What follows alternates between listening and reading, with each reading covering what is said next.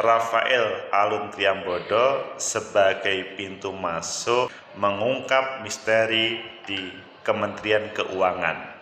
Kalau kalian untuk rangkap jabatan biasanya tidak boleh, misalkan menjadi anggota KPU RI harus berhenti atau cuti. Tapi di Kementerian Keuangan kok banyak yang double jabatan ya? Seperti apa sih? Padahal kemarin KPK sudah menurunkan tim bagaimana keuangan yang ada di sana. Bagaimana rangkap jabatan menurut kalian? Menurut analisis saya,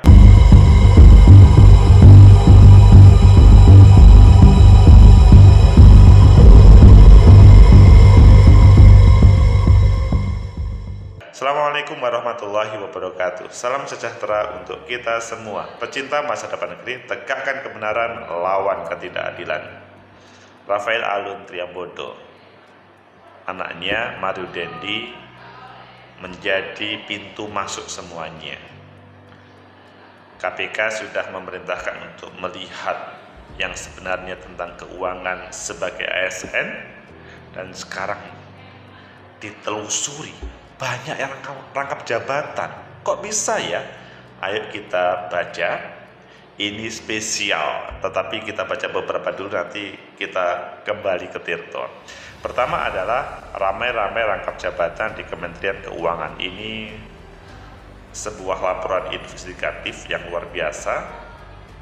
Tapi kita coba di lainnya lagi, di Tirto. Daftar nama pejabat Kemenku punya Muki ada Sri Mulyani. Ini ngeri juga. Tapi kalau kita sebetulnya yang menjadi penyebab adalah Rafael Alun mundur dari ASN, Pijat Panca buntut diberhentikan dari jabatannya. Maksudnya dari 3 tadi kita pilih yang pertama saja ya. Ini langsung kita memilih karena mengungkap rangkap jabatan. Ramai-ramai rangkap jabatan di Kementerian Keuangan. Ini sebuah investigasi yang tidak mudah. Tirto ID, polemik tentang pejabat kementerian atau lembaga yang menjadi komisaris di suatu perusahaan, khususnya di Badan Usaha Milik Negara BUMN, kembali menjadi perbincangan publik. Sebelumnya, berdasarkan hasil penelitian Transparansi Internasional Indonesia Hukum, atau maksudnya Indonesia terhadap 48,2 komisaris BUMN pada Maret 2021 lalu, terungkap bahwa 51,66% dan para komisarias perusahaan plat merah berasal dari kalangan birokrat. Wah, ini ngeri ya, 51,66%. Sisanya diisi oleh politisi 14,73%, aparat militer 6,02%, aparat penegak hukum 5,81%, dan jabatan strategis dengan latar belakang mantan menteri, ex-pimpinan badan dan komisi negara, serta jabatan tinggi negara lainnya 4,15%. Tapi yang paling tinggi tadi bahwa mereka adalah yang berkalangan birokrat. Temuan yang sama mengungkap bahwa Kementerian Keuangan Kemenku menjadi instansi yang paling banyak menempatkan pejabatnya di jajaran komisaris BUMN. Jumlahnya mencapai 44 orang. Wow. Ini adalah Kementerian Keuangan, Kementerian BUMN, Kementerian Perhubungan. Yang paling banyak adalah Kementerian Keuangan dan BUMN. Kita melihat tabelnya ini guys. Dari penelusuran tim riset Tirto ditemukan bahwa sejumlah pejabat struktural eselon 1 mulai dari posisi sekretaris jenderal, inspektorat jenderal hingga beberapa direktur jenderal menduduki atau dirjen menduduki kursi komisaris di perusahaan BUMN. Bisa ya? Emangnya mereka bisa melaksanakan kerjaan secara profesional? Perlu diketahui berdasarkan struktur kepegawaian di Indonesia, ada pegawai yang menduduki jabatan struktural, termasuk diantaranya Kepala Sub atau Eselon 4, Kepala Bidang atau eselon 3, direktur dan kepala pusat eselon 2, dan deputi atau kepala atau ketua badan juga direktur jenderal eselon 1A dan 1. Ada pula pegawai non-struktural, misalnya dosen, staf ahli, peneliti, dan lainnya. Sekretaris Jenderal Kementerian Keuangan Heru Pambudi misalnya merupakan komisaris PT Pertamina Tbk Pertamina sejak 5 Juli 2021. Inspektorat Jenderal Kemenkyu Awan Nurmawan Nuh menjadi komisaris PT Penjaminan Infrastruktur Indonesia sejak 20 April 2020. Setelah ditelusuri lebih lanjut, 5 dari 7 orang dirjen di jajaran Kemenkyu, 5 dari 7 orang di dirjen jajaran Kemenkyu menjabat komisaris di berbagai perusahaan BUMN seperti Pertamina, Gas Negara, Telkom, Bank Mandiri, BNI, hingga Semen Indonesia. Bagaimana tentang keuangan di negeri ini kalau seperti ini? Birokrat Kemenkyu di kursi komisaris BUMN.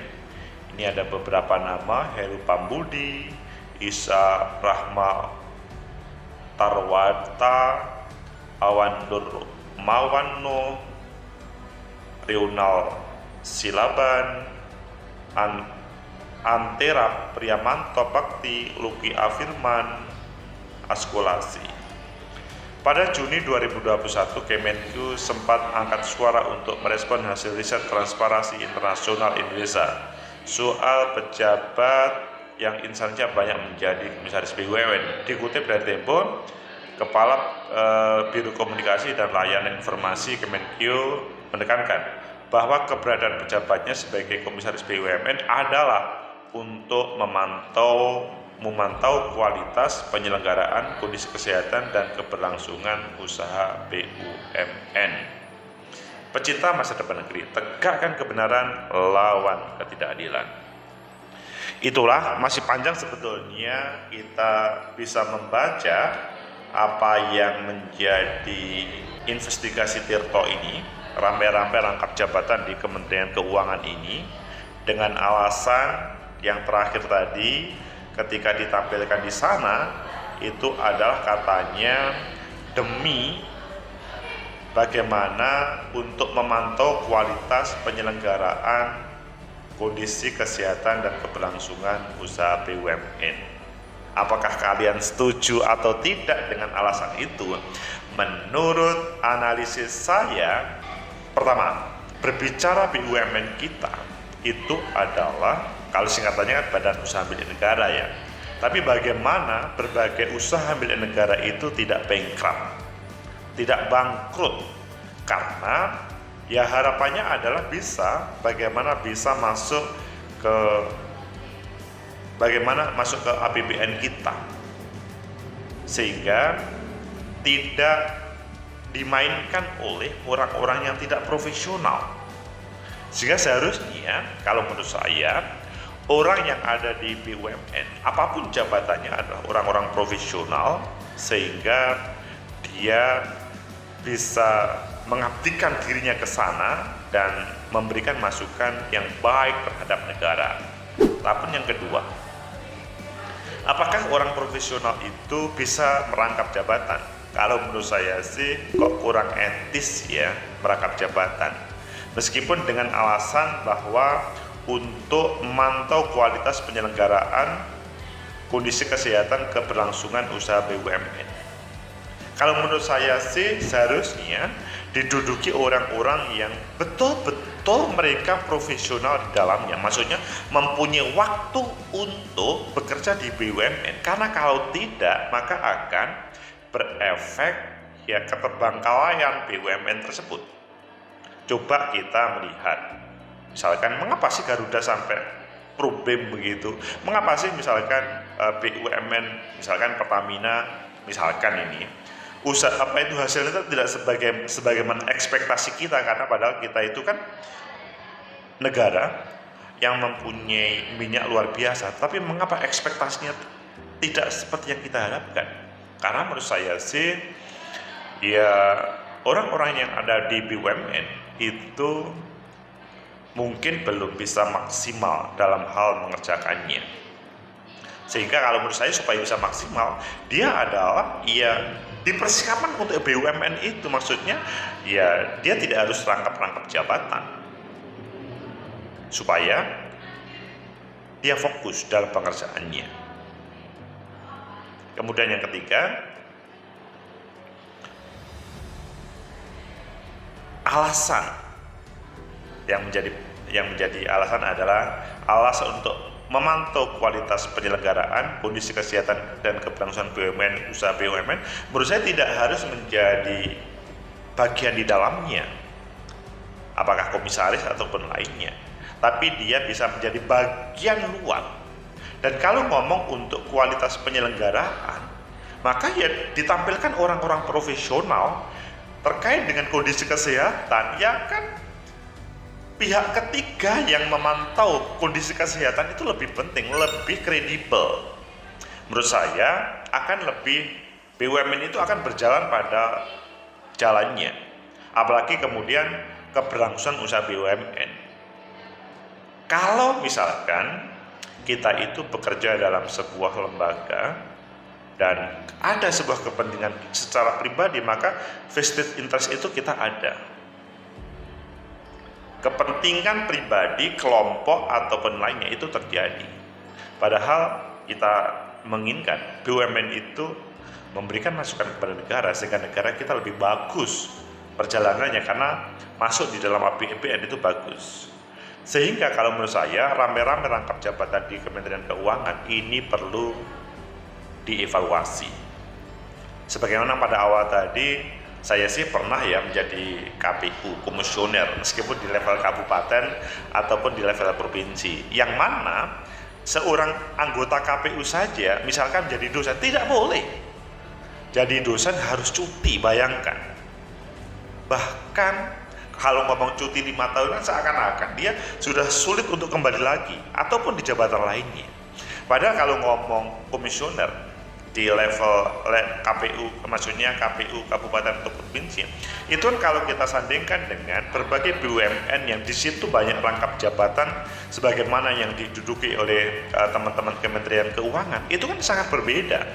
Kita bukan ngomong benefit keuangannya ya, kalau benefit keuangannya jelas di situ lebih banyak, tetapi bahwa terkait dengan pekerjaan, maka juga sebetulnya ini kalau kita bandingkan lebih rumit.